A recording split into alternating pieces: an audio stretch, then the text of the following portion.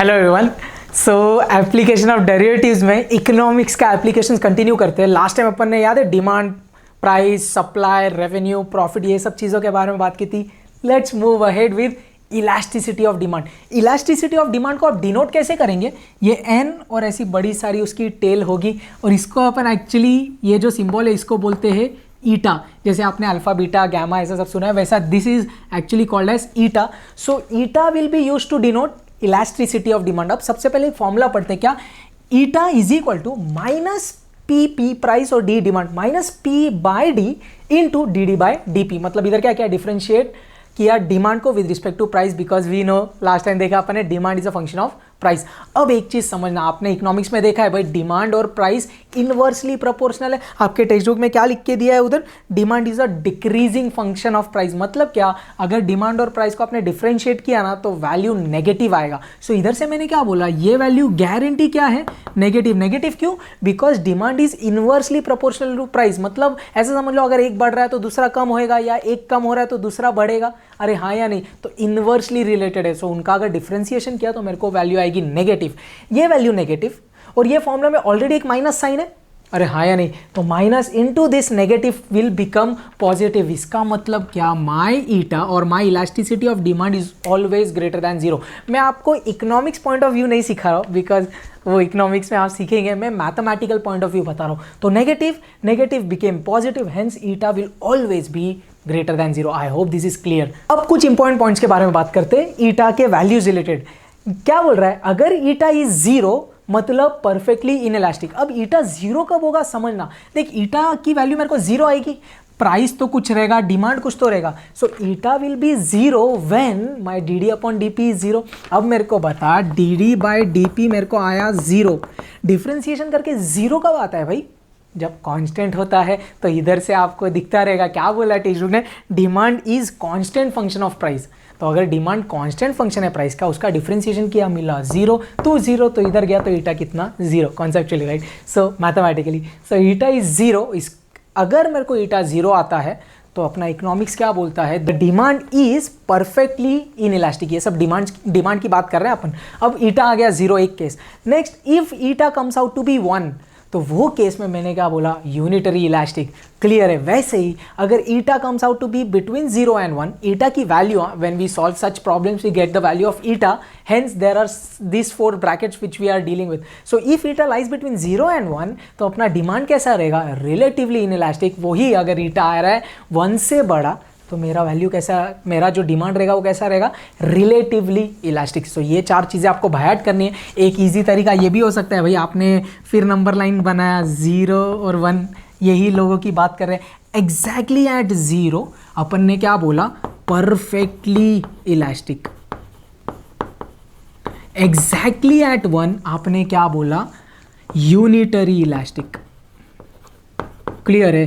अब 0 और 1 के अगर बीच में है ये वाला ब्रैकेट, तो क्या हुआ? Relatively in elastic.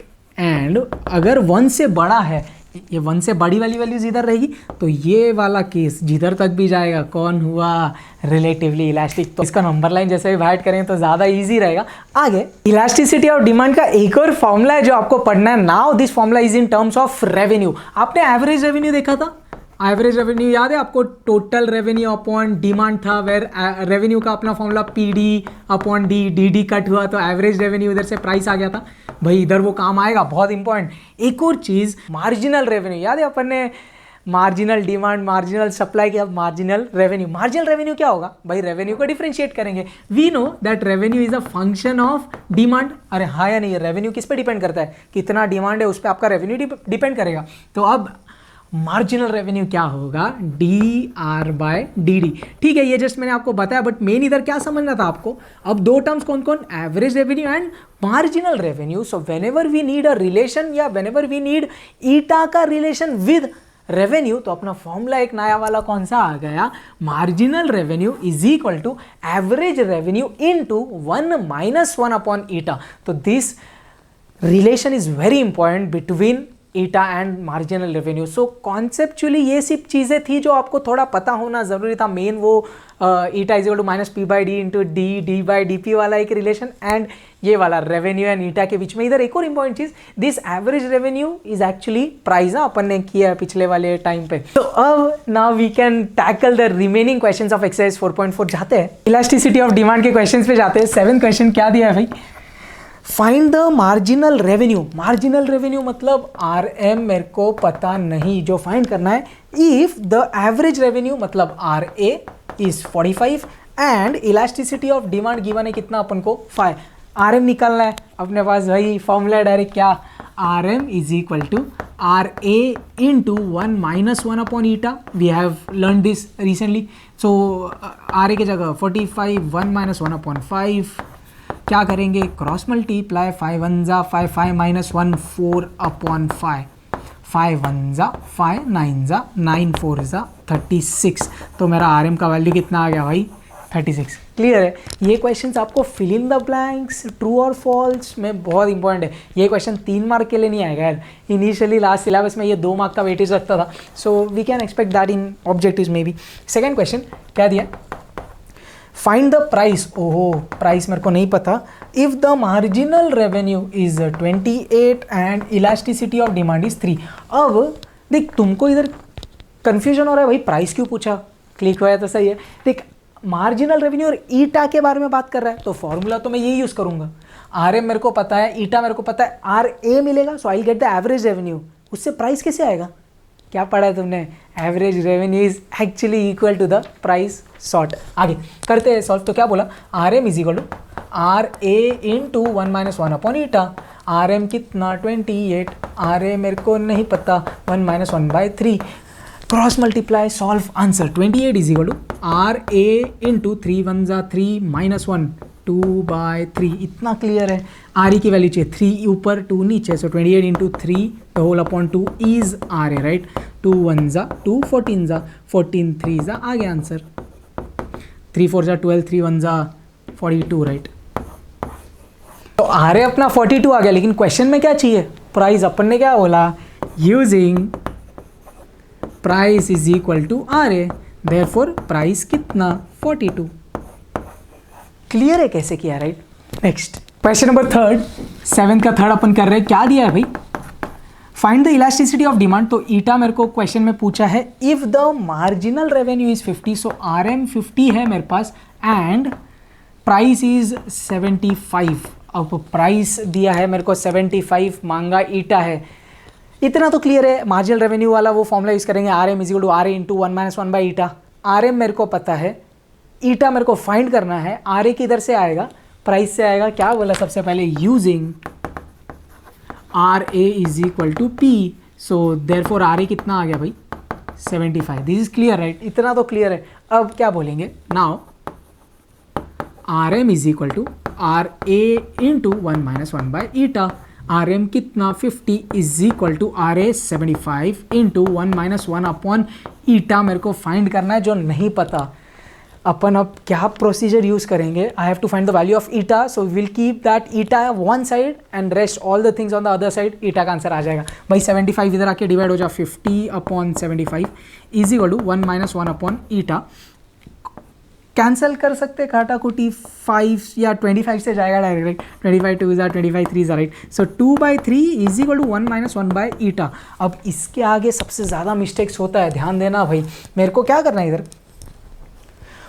ईटा का वैल्यू चाहिए, सो मैं क्या करो, ए 1 बाय मतलब जो ईटा वाला पार्ट है वो एक साइड, बाकी सब उधर। सो ध्यान देना, मैं क्या करो, this 1 by eta is negative term, I will take that over there. 1 is a constant, 2 इधर बैठ, 2 बाई 3 2 भी इधर आ जा। क्लियर है। तो क्या हुआ देख, 1 बाई ईटा उधर गया तो पॉजिटिव हुआ, इधर कौन बचा है 1, 2 बाई 3 उधर पॉजिटिव है, इधर आके नेगेटिव हो जाएगा तो minus 2 by 3। Let's cross multiply. So इधर क्या हुआ 3 1 जा 3 माइनस 2, 3 माइनस 2 कितना 1 बाई 3। क्या करेंगे अब, ईटा उधर 3 उधर, 3 1 जा 3, ईटा 1 जा ईटा, तो देयरफॉर ईटा कितना आ गया हुआ है 3। क्लियर है, ये बहुत इजी क्वेश्चन है यार। नेक्स्ट क्वेश्चन नंबर 10 क्या बोला, if the demand function is D is equal to 50 minus 3p minus P square. अब इधर कैपिटल डी मतलब डिमांड और स्मॉल p मतलब price. Find the elasticity of demand at p is equal to 5, p is equal to 2, दो question है, comment on the result. अब इधर आपको इलास्टिसिटी ऑफ डिमांड मतलब ईटा निकालना है, और क्वेश्चन में आपको कौन सी चीज़ों के बारे में बात किया उसने, demand D and price P.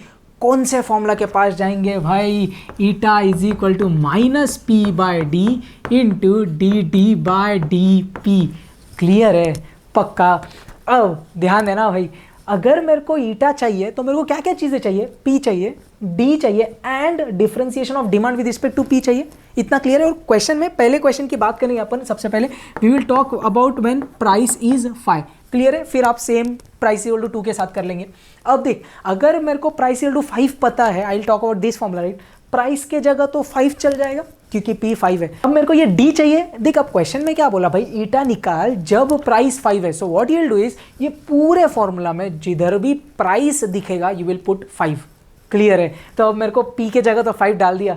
D चाहिए, D मेरे को पता है, हाँ भाई 50 minus 3P minus P square, उसमें P के जगह मैं क्या डालूंगा, 5। तो सबसे पहले मैंने क्या किया, I will put demand when P is equal to 5।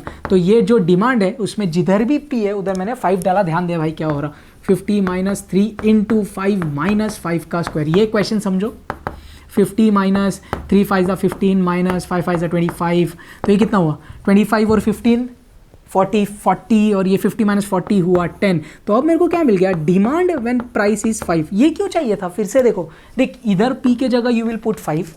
ये जो डिमांड है ये इसमें भी आपको प्राइस 5 डालना पड़ेगा, जो अपन ने अभी तक किया, ये आ गया। अब लास्ट चीज़ you need is D D by D P. कैसे आएगा वो, मैंने बोला भाई अपना D कौन है, 50 minus 3P minus P square. मैंने बोल दिया इधर नाउ अपन इसकी बात करें। अब इसको मैं डिफ्रेंशिएट करूंगा विद रिस्पेक्ट टू P, तो मेरे को क्या मिलेगा, D D by D P, जो उधर जाएगा, बट अगेन उसमें भी P अपन 5 सब्स्टिट्यूट करेंगे। भाई ऐसा मत करना, ये डी डी इधर D डाल दिया आपने ये, और इधर P डाल दिया आपने 5। अरे नहीं, D D by D P means what, differentiating demand with respect to price. कर रहे इधर क्या बोला, differentiating with respect to P on both the sides. Okay, that's clear. So this will be dd by dp. Okay, 50 का differentiation 0, 3 आया बाहर, P का differentiation 1, P square का डिफ्रेंसिएशन 2P। कूल। सो क्या हुआ, 0 माइनस 3 1 3, तो माइनस 3 माइनस 2P। इतना clear है। ये कौन आ गया मेरे को, D D by D P आ गया। आप उधर लिख देना D D by D P. अब मेरे को क्या करना है, ये जो D D by D P आया इसमें जिधर भी P है उधर डाल दे 5। क्लियर है, आ गया भाई। क्या बोला, D D by D P when या at P is equal to 5 will be equal to -3, तो वैसे ही -2 इंटू P के जगह डालूंगा 5। सही है भाई, 5 2 10, so this will be -3 -10 which will be -13। अब ध्यान दे, P के जगह डालेगा 5, D के जगह डालेगा तू 10, और D D by D P के जगह डालेगा -13। सब कुछ आ गया, you will get the value of eta. अब बोलेंगे using eta is equal to -P by D into D D by D P. अब अपन क्या करेंगे, इसमें P 5 डालेंगे। तो बोल दिया मैंने व्हेन या at P is equal to 5, eta तो ईटा माइनस P के जगह 5, demand at P is equal to 5 अपन को आ गया है 10, and D D by D P at P is equal to 5 मेरे को पता है, इधर से -13। भाई सॉल्व करो, माइनस माइनस प्लस 13 5 जा 65 अपॉन 10। तो ये कितना आ गया, 65 अपॉन 10 6.5। तो मेरा ईटा आ गया 6.5।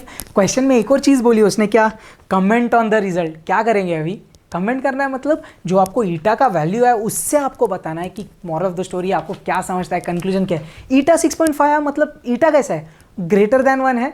अरे वो ब्रैकेट पढ़े थे याद है, eta 0, eta between 0 and 1, eta at 1 and eta greater than 1।